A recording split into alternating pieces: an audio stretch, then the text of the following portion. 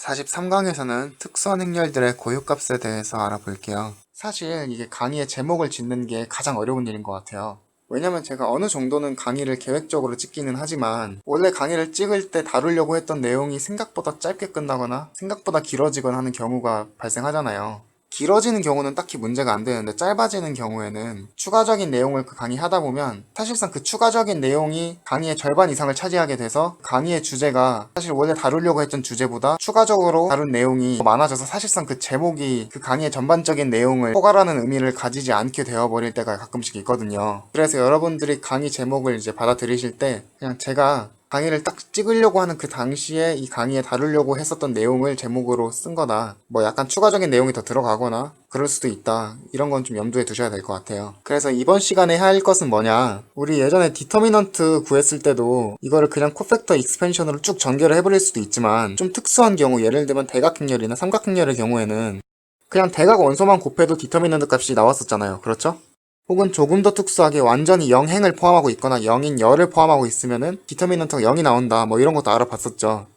그래서 이런 아이젠 밸류 값도 우리가 특성 방정식을 풀어서 고유값을 구해낼 수 있는 건 알겠는데, 그런데 그렇게 구하는 거 말고 조금 특수한 경우에는 좀 빠르거나 한 번에 구해버릴 수 있는 그런 경우는 없나, 이런 걸 한번 살펴보고 싶은 거예요. 그러면 행렬 중에서 가장 쉬운 2 곱하기 2 행렬부터 다뤄봐야 될 것 같아요. 그러면 2 곱하기 2 행렬 중에서도 더 쉬운 거 대각행렬이겠죠. 아무래도 0을 좀 많이 포함하고 있을수록 행렬의 계산은 쉬워지니까요. 대각행렬이라고 하면 뭐 이런 경우겠죠. A, B 이렇게 있고 나머지는 0인 거죠. 이 행렬을 A라고 했을 때 고유값을 한번 구해볼까요? 고유값이라는 것은 결국에는 AX는 람다 X를 만족하는 람다를 구하는 거죠. 그렇다는 것은 결국에 디터미넌트 람다 A 마이너스 A, 결국 특성 방정식을 말하는 거예요. 이것을 한번 풀어봐야 되는 거잖아요. 그럼 이걸 먼저 계산을 해주죠. 이렇게 되는 거 보이죠? 결국 이것의 디터미넌트인 거죠. 그럼 어떻게 될까요? 이렇게 되죠. 그럼 이게 0이 되게 하는 해를 찾는 거니까 해는 금방 나오죠. A 또는 B 이렇게 나오죠. 그래서 결론은 뭐죠? 이런 대각행렬의 경우에는 이 대각 원소가 결국에는 고유값이 된다는 거죠. 그럼 이것을 일반적인 n×n 매트릭스로 확장을 해볼까요? 이렇게 대각 원소를 제외하고 나머지는 전부 다 0인 행렬을 A라고 할게요. 그럼 결국엔 특성 방정식을 풀어야 되니까 이걸 한번 풀어볼까요? 결국에 이 값은 어떤 행렬의 행렬식을 구하는 게 되나요? 일단 대각 원소가 전부 다 람다인 이런 단위 행렬에서 어차피 아래와 위는 전부 0이죠. 여기서 결국에는 A의 원소를 다 빼주고 있는 거죠. 이렇게 이것의 디터미넌트를 구하는 거죠. 그런데 이것도 자세히 보면은 대각행렬이죠. 그리고 대각행렬의 디터미넌트는 그냥 대각 원소의 곱이라고 했었죠. 그러니까 결국엔 이렇게 될 거예요. 여기 있는 대각 원소를 일일이 곱해주면 되는 거예요.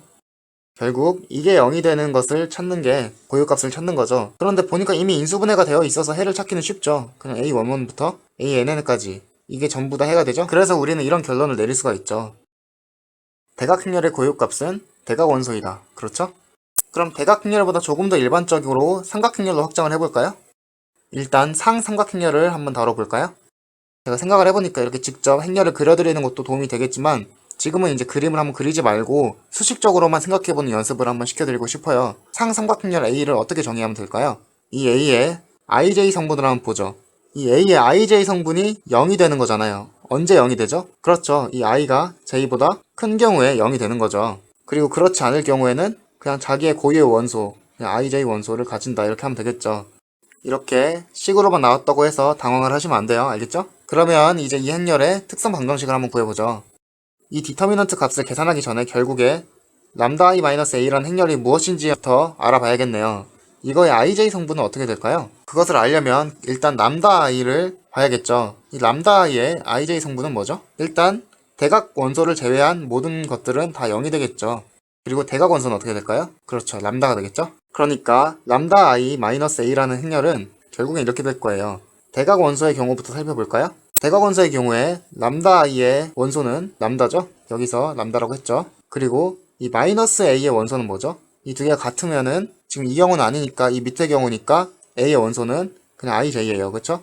a의 ij 이렇게 될 거예요. 그리고 i가 j보다 큰 경우에는 어떻게 될까요? 일단 여기를 보면은 a 부분은 0이에요. 그러니까 0을 빼주는 거니까 어차피 아무것도 안 빼는 거죠, 결국엔. 그리고 이 람다 i의 경우에는 i가 j와 같은 경우를 제외하면은 전부 0이라 그랬으니까 결국 0이에요. 그리고 그 외의 경우는 어떨까요? a의 경우에는 그 외의 경우는 a의 ij죠. 이 람다 i의 경우는 어떻게 되죠?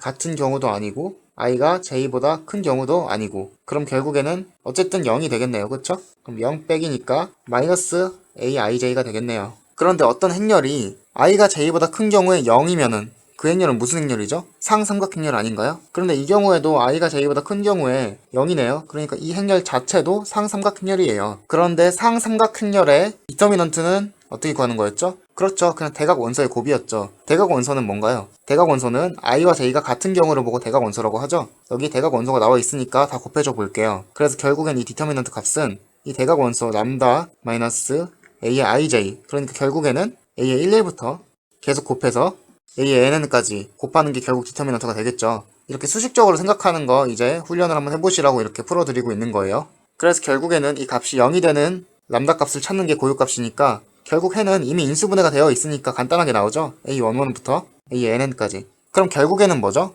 대각행렬 뿐만 아니라 상삼각행렬의 경우에도 고유값은 그냥 대각 원소가 나오네요. 그리고 사실 상삼각행렬 뿐만 아니라 하삼각행렬도 고유값은 대각 원소가 나올 거예요. 그런데 그 부분은 이제 여러분들이 한번 계산을 직접 해보세요. 그래서 결론은 삼각행렬이면 고유값은 대각 원소가 나온다는 거예요.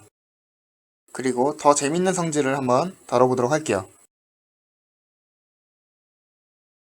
이렇게 n 곱하기 n 행렬 a의 고유값이 람다 1부터 람다 n까지 이렇게 n개 존재한다면 a의 디터미넌트는 결국에 그 고유값들의 곱으로 계산할 수 있다는 거고요. a의 대각합은 고유값들의 합으로 계산을 할 수 있다는 법칙이에요. 첫 번째부터 한번 증명을 해볼까요? 결국 a의 고유값들이 이렇게 된다는 소리는 a의 특성 방정식의 해가 어떻게 된다는 거죠? 이게 특성 방정식의 해니까 결국에 인수분해가 이런 식으로 된다는 거죠. 이거는 이렇게 인수분해가 되겠죠. 그런데 이렇게 말하시는 분들도 있더라고요. 이 고유값들이 이 특성 방정식의 해인 건 알겠는데, 그래서 이렇게 인수분해 되는 건 알겠는데 여기에 앞에 최고차의 개수가 뭔지는 모르는 게 아니냐, 여기 있는 최고차의 개수가 항상 1이라는 보장이 있느냐. 물론 무엇을 걱정하시는지는 알 것 같긴 한데 최고차는 무조건 1이에요. 이것을 또 굳이 증명을 해야 되나 싶은데 여러분들이 이거를 코팩트 익스펜션으로 전개를 해서 한번 람다의 최고차항을 체크해보세요. 정말 1이 나올 거예요.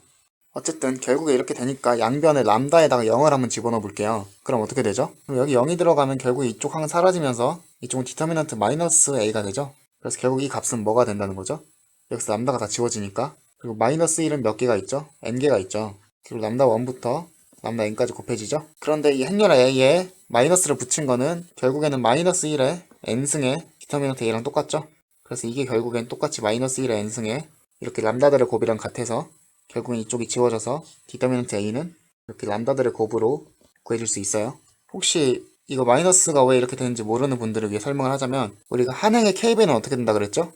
그렇죠. 결국에 그 디터미넌트에다가 k 값을 곱해주면 된다 그랬죠. 이렇게. 근데 이건 한 행이 아니라 전체죠. 그러니까 마이너스 1이 모든 행에 다 곱해주고 있으니까 n개 행에 곱해주고 있는 거예요. 그래서 n승 해준 거예요. 그럼 다음으로 트레이스도 한번 증명을 해볼까요? 이걸 증명하기 전에 기본적인 것부터 한번 연습을 해볼까요? x 플러스 a랑 x 플러스 b를 곱하면 어떻게 되죠? 최고차항은 그냥 x제곱이 되죠. 그 다음에 이거보다 한 차수 떨어진 그냥 x항의 개수는 어떻게 돼요? a 더하기 b가 되죠. 그렇죠? 그 다음은 저희가 신경 쓰지 않을 거예요. 그럼 이런 식으로 확정을 하면 어떻게 돼요? 세 개짜리는 어떻게 되죠? 최고차항은 당연히 그냥 1일 거고, 그 다음 항은 뭐죠? a1부터 a3까지 다 더한 거죠. 그리고 그 뒤는 신경 쓰지 않을게요. 그러니까 결국에 이런 식으로 된다는 거죠. 이렇게 해서 n까지 곱하면 최고차항은 뭐 그냥 n승일 거고, 그 다음 차수는 a1부터 an까지 그냥 다 더한 거죠. 무슨 말 하는지 알죠? 그런데 이 디터미넌트를 한번 생각해보면 얘는 아까 위에서 살펴본 것처럼 이렇게 인수분해가 되는 거죠, 결국에. 그러니까 결국에 이거의 최고차항은 그냥 람다의 n승일 거고, 그렇죠? 그리고 그 다음 차수는 여기가 마이너스가 붙어 있으니까 마이너스에 람다 1부터 람다 n까지 다 더해준 거겠죠. 이 람다의 n-1승이요. 그 다음은 뭐 모르죠? 생각하지 않을게요. 그런데 사실 이 다음부터가 살짝 고비예요. 왜냐면 우리 그 여인수 전개 배울 때 그 어떤 행을 기준으로 하든 어떤 열을 기준으로 하든 그 여인수 전개값이 다 같다는 거, 그거 그냥 증명 없이 받아들이기로 했죠. 치환이라는 거, 이런 거를 좀 다뤄야 되기 때문에 좀 현대대수학적인 내용이라서 우리가 하지 않기로 했었잖아요. 그런데 사실 지금 이걸 증명하는데 이 내용을 쓰면 좀 편하게 증명이 되는 부분이 있어요, 사실. 그런데 제가 지금 이 내용을 안 쓰고 좀 어떻게든 이해를 시켜드리려고 증명을 해보려고는 하는데 좀 번거로운 증명이 되긴 할 거예요. 그러니까 약간 어떤 느낌이냐면, 비유를 해보자면 우리가 어떤 2차 함수 fx는 뭐 이런 2차 함수의 최대값이나 뭐 최소값을 찾는 상황이라고 해볼게요. 그럼 사실 미분 때리면 되죠. 그래서 극대나 극소값 찾은 다음에 계산하면 되잖아요. 그런데 이거 미분을 안 배운 상태면 이거 결국에 약간 이런 꼴로 바꿔가지고 해야 되는 거잖아요. 이렇게 기본 꼴로 바꿔가지고 최대값을 찾아내야 되는 그런 좀 번거로운 과정이 있잖아요. 물론 우리가 이제 2차 함수뿐만 아니라 뭐 3차, 4차, 일반적인 다항함수, 혹은 초월, 그러니까 뭐 사인, 코사인 뭐 이런 거요. 로그 이런 거요. 혹은 그 외에도 여러 가지 다양한 함수들, 그런 모든 함수들에 대해서 극대, 극소 뭐 이런 값들을 추측하고 싶으면은 사실 미분을 배워야 되는 게 맞죠. 그런데 그런 어려운 걸 하지 않고 그냥 2차에 대해서만 하려고 하는데 굳이 미분까지 배울 필요가 있나요? 상대적으로 고작 이 정도 2차 함수의 최대 최소를 구하는 것을 배우려고 하는 단계에 있는 사람에게는 미분이라는 것은 그렇게 쉬운 난이도가 아니잖아요. 그러니까 이런 다양한 경우를 다 할 것도 아닌데 굳이 미분을 배울 필요는 없을 것 같아서 제가 지금 그런 상황인 거예요. 지금 T1이라는 게 약간 미분 같은 놈인데, 그러니까 미분이라는 건 아니고 비유를 하는 거예요. 굳이 이걸 지금 배워야 되나 싶어요. 물론 이걸 안 배우면 조금 번거로운 과정으로 뺑 돌아서 이렇게 최대값을 구해야 되는 그런 약간 그런 느낌이거든요. 그런데 물론 배워두면 다양한 다른 곳에 더 추가적으로 이용을 할 수 있는 경우가 생기긴 하겠지만 우리는 그런 다른 추가적인 경우에 대해서 딱히 다루지 않을 거기 때문에 굳이 지금 이거를 다룰 필요가 없을 것 같아요, 치환을. 그래서 이거 치환을 해야 되나 말아야 되나 좀 고민을 많이 했는데 굳이 하지 말고 그냥 좀 뺑 돌아서 증명을 할게요. 이거 강의가 좀 길어질 것 같으니까 이거 증명하는 거는 다음 강의로 넘기도록 할게요. 오늘 강의 들어주셔서 감사하고 여러분도 오늘 모두 강의 듣느라 고생하셨고 다음 강의에 뵙도록 할게요.